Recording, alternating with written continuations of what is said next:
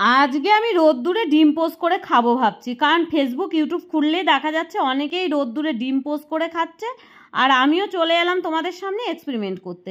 প্রথমে আমি ফ্রাই প্যানটাকে রোদে বসিয়ে দিলাম যে একটু গরম হোক, তারপরে মোটামুটি পরে এসে আমি ডিমটা ভেঙে দেবো।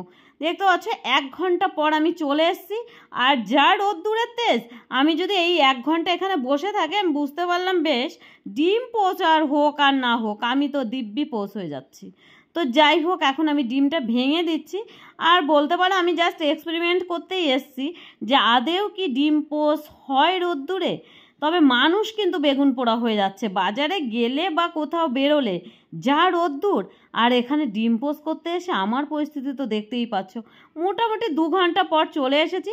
আর এবার দেখতে পাচ্ছ একটু লবণ আর চাট মশলা দিয়ে দিচ্ছি, আর ডিমটা কিন্তু পোচ হয়েই গেছে।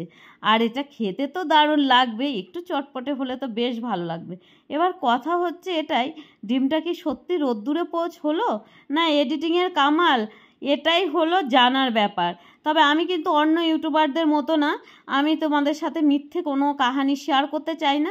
ডিমটা কিন্তু লাস্টে একটু বসাতেই হয়েছিল গ্যাসে, কারণ রোদ্দুরে ডিম পোচ করতে গেলে আমসত্ব হয়ে যাবে, পোচ হবে না। তো যাই হোক, এই সত্যি কাহানিটা তোমাদের বললাম। তোমরা কিন্তু রোদ্দুরে ডিম পোচ করতে যেও না, যা গরম নিজেরাই পোচ হয়ে যাবে। টাটা।